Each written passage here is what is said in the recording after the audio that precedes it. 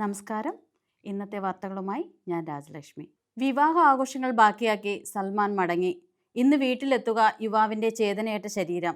കണ്ണീരണിഞ്ഞ് പ്രവാസലോകം. മഴയ്ക്ക് ശേഷം യുഎഇയിൽ താപനില താഴേക്ക്.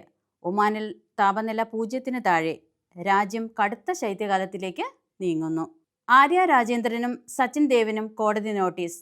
KSRTC ഡ്രൈവർ യദുവിൻ്റെ ഹർജിയിലാണ് നടപടി. കർണാടകയിൽ ദുരഭിമാന കൊല. 4 മാസം ഗർഭിണിയായ യുവതിയെ വെട്ടിക്കൊലപ്പെടുത്തി പിതാവും സഹോദരനും. TP വധക്കേസ്. പ്രതികൾക്ക് വീണ്ടും പരോൾ. 3 മാസത്തിനിടെ പരോൾ ലഭിക്കുന്നത് 2ാം തവണ.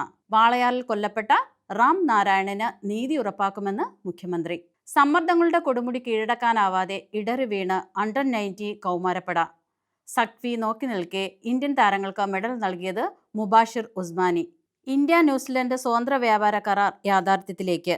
വാർത്തകൾ വിശദമായി. റാസൽ ഖൈമയിൽ ശക്തമായ മഴയിൽ നിർമ്മാണത്തിലിരിക്കുന്ന കെട്ടിടത്തിന്റെ മതിൽ തകർന്നു വീണ് മരിച്ച മലയാളി യുവാവിന്റെ മൃതദേഹം ഇന്ന് പുലർച്ചെ നാട്ടിലേക്ക് കൊണ്ടുപോയി. മലപ്പുറം കൊടിഞ്ഞി നന്നമ്പ്ര സ്വദേശി തലക്കോട് തൊടിയിൽ സൽമാൻ ഫാരിസാണ് കഴിഞ്ഞ വ്യാഴാഴ്ച പുലർച്ചെ റാസൽ ഖൈമയിലുണ്ടായ അപകടത്തിൽ മരിച്ചത്. സുലൈമാൻ തലക്കോട്ട് തൊടിയയുടെയും അസ്മാനിയുടെയും മകനാണ്. ഒമാനിൽ താപനില കുത്തനെ കുറഞ്ഞു. ദാഖിലിയ ഗവർണറേറ്റിന്റെ സൈക്കിൾ കഴിഞ്ഞ 24 മണിക്കൂറിനിടെ രേഖപ്പെടുത്തിയത് -0.1 ഡിഗ്രി സെൽഷ്യസ് താപനിലയാണ്. സുൽത്താനേറ്റിലുടനീളം റിപ്പോർട്ട് ചെയ്യപ്പെട്ട ഏറ്റവും കുറഞ്ഞ താപനിലയാണിതെന്നും സിവിൽ ഏവിയേഷൻ അതോറിറ്റി അറിയിച്ചു. ദളിത് യുവാവിനെ പ്രണയിച്ചു വിവാഹം കഴിച്ചതിന് ഗർഭിണിയായ യുവതിയെ അച്ഛനും സഹോദരനും ബന്ധുവും ചേർന്ന് വെട്ടിക്കൊലപ്പെടുത്തി. ഹുബളി സ്വദേശി മന്യ പാട്ടീൽ ആണ് കൊല്ലപ്പെട്ടത്. സംഭവത്തിൽ 3 പ്രതികളെയും പോലീസ് അറസ്റ്റ് ചെയ്തു.